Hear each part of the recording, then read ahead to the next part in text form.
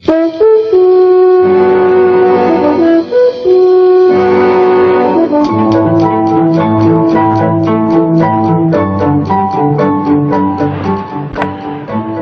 in 1956, I wrote and recorded something we called The Strangest Secret.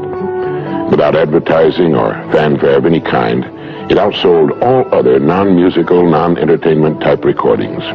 It's been heard by millions and millions of people throughout the free world, and in the process created a brand new industry. Learning through listening. On one of these solid-state cassette tape players. This player has revolutionized the learning process. Now people listen in their automobiles while driving to and from work and on sales calls, time that was formerly wasted, on their commuter train with the little earpiece, in the bathroom while shaving in the morning, at the dinner table with the children gathered around the table and the whole family together for a change. This has made a tremendous difference in the business of learning. But getting back to The Strangest Secret, what makes a bestseller? What was it about that recording that caused millions of people to want to hear it over and over again and let their children hear it and play it for their employees and their sales forces? Well, I'm making a talk here today in which I'll cover the highlights and philosophy of The Strangest Secret, and I'd like to invite you to join us, and I hope you find it of some value.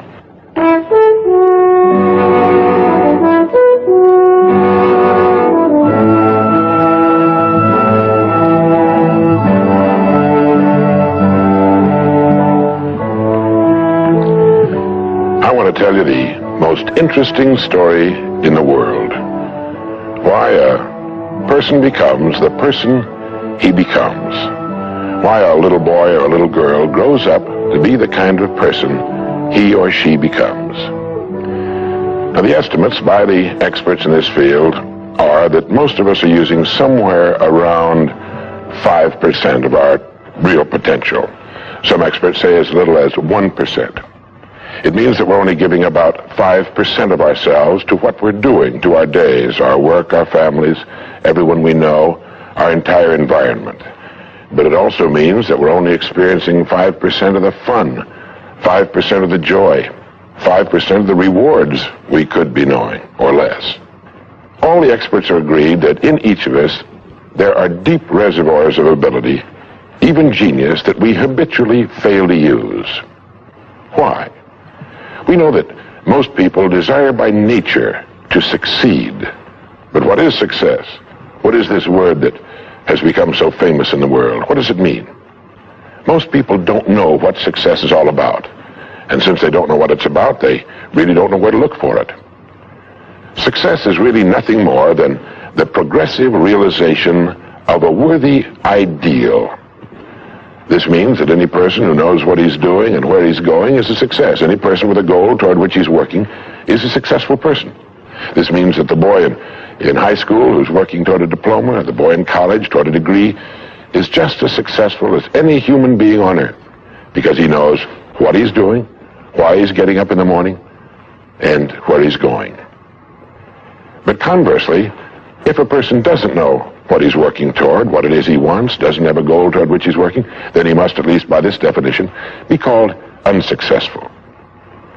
Why isn't then, with this simple definition, why isn't everyone successful? Should be easy.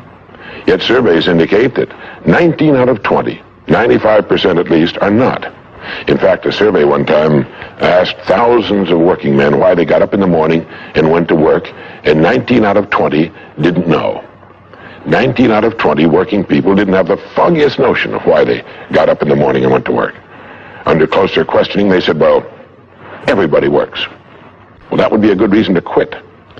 In fact, here's a little rule of thumb you might want to remember. Whatever the great majority is doing under any given circumstance, if you do exactly the opposite, you'll probably never make another mistake as long as you live. Just something to keep in the back of your mind. The problem with most people is that they're playing the world's most unrewarding game, and the name of the game is follow the follower. There's a story about a small town in which there was a jewelry store, and like all jewelry stores, or most jewelry stores at least, he had a big clock in his window. And every morning for years he'd noticed a working man stop adjust his pocket watch to the same time as the clock in the window. He'd been doing this for many years, and one morning the jeweler was out in front sweeping his sidewalk, and so he asked the man, he said, "Tell me, why do you adjust your watch to my big clock every morning? I've noticed you're doing that for years." The man said, "Well, I'm the foreman down at the big plant." He said, "I want to make sure my watch is correct because I blow the quitting whistle every night at 5 o'clock. The jeweler looked at him rather strangely for a minute, and he said, well, that's funny." He said, "I've been setting that big clock in the window by that quitting whistle all these years." A very logical thing, but they could have been off 6 months. It was a case of a person just going along with what he thought to be correct without checking his references. So I want to suggest that from now on out, at least we do that we check our references and ask ourselves, are the people I'm following going where I want to go? Let me tell you the story of what we might call the average young man in our society. Now, from the time this boy is born, there's only one thing on earth he can do, and that's to begin to think, act, and talk like the people by whom he's surrounded. This is all in the world he can do. But right off the bat, the odds are 95 to 5 that he's thinking, acting, and talking like the wrong group. They're wonderful people. They love him. They'd do anything in the world for him. They want him to succeed. But the odds are 95 to 5 they haven't got the answers he needs if he's to reach fulfillment as a human being, if he's to reach this success that he wants, if he's to reach into these deep reservoirs of ability and genius we know he possesses and draw it out. Well, he starts in school. The most important thing to a little boy in school is to be liked by the other little boys in school. And so at this tender age, he begins to follow other little boys his same age who don't know any more than he knows and who do not necessarily have any capacity for leadership. And he does this in the first grade, and the second, and the third, and the fourth, and the fifth, and the sixth, and the seventh, and the eighth, and year after year after year, he forms himself into a composite average of other little boys his age, trying to be like them, trying to do the only thing in the world that's impossible for a human being to do, which is to be like somebody else. Now, let's say he goes all the way through school, usually goes in the military service. Again, he's caught in a vice-like grip of conformity. Now, let's say he's 25 years old, out of school, out of service. What's he going to do? As a rule, he'll go back to his hometown, unless he's married, in which case he'll go to his wife's hometown. But let's say he goes back to his own hometown, he's single, he doesn't know quite what to do, he's standing on a corner one morning, and a friend that he knew in school comes up and says, "Hi there, Charlie, what are you doing?" He says, "Nothing." He said, "Why don't you come down and work where I work? It's a pretty good place, the pay's regular, we got all kinds of fringe benefits and so on," and so he does. The odds are about, again, 95 to 5 that his first job is taken as a result of random application. On the job, without thinking about it, the most natural thing in the world for him to do is to look around, see how the other guys are doing their job, and to begin doing his the same way, assuming that what is normal for them is normal for him. No reason for this. He doesn't think about it. He just does it. Now, he has stretching in front of him 50 years or more in the golden age that man has been dreaming of since the days of ancient Greece. What's he going to do with these 50 golden years? We know that he works 40 hours a week, as a rule. 40 hours a week, which leaves him 72 hours a week when he's neither working nor sleeping. 72 free, discretionary hours each week to do with as he pleases. Now, at this point, of course, he's married, he has his little house and his little car, and this is about what he does with his free 72 hours every week. He'll do what the other fellows are doing with their free 72 hours every week, which is virtually nothing at all. On a typical day, he'll quit right on the dot, get in his little car, go to his little house, go in his little kitchen, kiss his little wife, and say, "I'm tired." They've even figured out why he says that. The experts believe that he used to hear his father say that back when men used to get tired working during the day, and he picked it up and he repeats this every night when he gets home. He bolts his little meal and then heads for the living room where he turns on his escape box. Click. Takes 15 or 20 seconds for the screen to light up, a period of time he finds interminable, but he gets through it somehow. Maybe kicks the dog, a thumb through a magazine or something. But then the screen lights up, and he does too a little bit, and there in front of him, he sees people in all kinds of funny old-time costumes, all killing each other at a great rate. One expert has agreed that the average family can see more death and bloodshed and carnage on his television set in a week than Crassus saw when he crucified 6,000 prisoners on the southern road to Rome. But you know how those experts are. He could certainly be off one or two. But he sits there for about 5.5 or 6 hours. 25% of all free time now is spent in front of the tube, according to the latest statistics. Now, there's nothing wrong with this particularly, except that he's watching other people who are earning excellent incomes in the pursuit of their careers while he doesn't make a nickel and gets the only two things you can get from watching TV on that kind of a schedule. He gets red eyes and a hollow head. Now, this is not meant to be an indictment of television. I've got a couple of television sets at home, too. I have a couple of cars at home, too, but I don't go home at night and drive around the block for 6 hours. But he sits there for 6.5 hours until finally his wife, who's a little more practical than he is, claps him on the shoulder and she said, "Charlie, I think it's about time you went to bed. You've got to get up in the morning, go to work." He's okay, and he shuts it off. He knows how to do that. He just shuts it off and goes to bed. Next morning he gets up and he does this all over again. He does this every day for 40 years. At the end of 40 years, he's retired, which always kind of catches him by surprise. No one's ever figured that one out either. And then he dies at 85 or 90, the way medical science is moving us along, out of sheer boredom. Well, what's the problem? Is there a tragedy here? Not really, if that's the way Charlie wants to spend his life, our mythical, hypothetical young man. If he wants to spend his life that way, that's his business. He lives in a free society, he can do anything with it he wants. But there's a terrible tragedy here if he's living that way because of the total lack of a decision. If he's living that way simply because he's still doing what he was doing in the first and second grade, and that's going along with the fellas up and down the block on the unspoken assumption that they know how to live, then there's a real tragedy there. Because they've never known how to live. Not in all the recorded history of mankind. He never finds out who he is. He never reaches into the deep depths of his abilities, his talents. He never learns that he can have just about anything he wants in the world, that he can call his own shots, tell his own fortune. And it's kind of a pity. Well, what's needed? Well, what's needed, I think, is a checklist. The first thing that he ought to have on his checklist, in my opinion, is the word a goal. A man without a goal is like a ship without a rudder. He doesn't know where he's going. He then belongs to that 95% that is just living day by day, month after month, like a starfish or an amoeba. He needs to know where he's going. Back in the early days of navigation, sailors used to see a strange sight in the Antarctic. They'd see a giant iceberg towering high out of the sea, and it would be moving against the wind. The wind would be blowing this way. The great iceberg would be moving right into the teeth of the wind. And this, of course, frightened the sailors whose ships were powered by the wind, until it was discovered that, of course, only a fraction of the great berg was visible, and that its huge, ponderous roots were caught in the great currents of the ocean. And it was being borne purposely along its way, regardless of the winds and the tides on the surface. Well, this is what a man needs.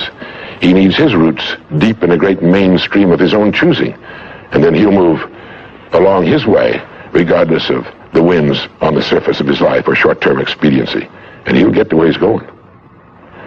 The second word on our checklist might be the word attitude. It's been called the most important word in any language in the world, because it's our attitude toward our world, toward all the people in it, that will determine the world's attitude and all the people's attitude toward us. It's a simple thing. Most of us know it, but we tend to forget it. People will react to us according to our attitude. And our attitude is the greatest gift we can be given. You know, the little creatures of the world were given a wonderful gift by Mother Nature called protective coloring, in which they can blend into their background without being seen. But man was not given this great gift, because man was given an incalculably greater one. Only man has the godlike power to make his surroundings change to fit him, because his environment will change as he changes. A man's environment is a merciless mirror of him as a human being. And if he thinks his environment could stand a little improvement, all he has to do is improve, and his environment will improve to reflect the changing man. Third would be the word think. To think. The highest function of which a human being is capable. It was put pretty well by the great Pulitzer Prize-winning playwright Archibald MacLeish in his great play, The Secret of Freedom, in which he has one of his characters say, "The only thing about a man that is a man is his mind. Everything else you can find in a pig or a horse." It's true. And so if we're going to develop something, this is a good place to start. To think deliberately and with a purpose. To spend a little time each day before a blank sheet of paper with our goal perhaps written at the top, and come up with some fresh, new, and exciting ideas. The next point on our checklist you might call the law of laws. That's what Emerson called it, this great old law of cause and effect. That our rewards in life will always be in exact proportion to our contribution, to our service. We all know this, really. We tell our children in Sunday school that as ye sow, so shall ye reap, but we forget that that's true. If a man is unhappy with his rewards All in the world he's got to do is find ways of increasing his contribution, his service. It's like the story of the preacher who was driving down a country road, and all of a sudden he came to the most magnificent farm he'd ever seen in his life. It was beautiful. And so he saw the farmer approaching the road on his tractor, and so he hailed him, and he said, "My good man," he said, "God has certainly blessed you with a magnificent farm." And the farmer thought for a moment, and he said, "Yes, you're right, he certainly has. But you should have seen this place when he had it all to himself." And the preacher had his sermon for the next Sunday. He realized that all the farmers up and down that road had been given the same land, but one man had made something great out of it. Well, all of us are given the same land. We're given a human life, and each of us can make something great out of it too if we want to. The next point might be simply the word truth. Since everything we do has an equal and opposite reaction, unless what we're doing is based on truth, we're building on sand, and it can't stand. The next point would be R&D, research and development. None of us would want to work for a company or invest our money in a company that didn't have a very viable research and development department. That is, pumping a good percentage of its profits back into research and development because its future depends on it. But so does a man's. And you might ask yourself, how much of your own take-home pay have you spent during the past year for materials calculated to make you smarter this year than you were a year before? Calculated to make you a little better, a little bigger as a human being, to perhaps love a little more and hate a little less and do a little better job than you did a year ago. How much money are you pumping back into yourself and your future? It's worth thinking about. And finally, the strangest secret. At the beginning, I said, what makes a child grow up into the human being he becomes? Well, this is the reason for that. Of course, he's the confluence of a genetic pool that goes back for thousands and thousands of years. His environment has an influence on him, of course. But what makes him become the person he becomes is that he becomes what he thinks about most of the time. It's as simple as that. We become what we think about most of the time. And that's the strangest secret. This is why thinking is so vital. This is why a goal is so important. Because we will become that. This is why people who set goals achieve them. The trouble with men is not in achieving their goals. They do that. It's in establishing them. We must love them. We must help them. We must serve them, because our whole success will depend on our ability to do these things.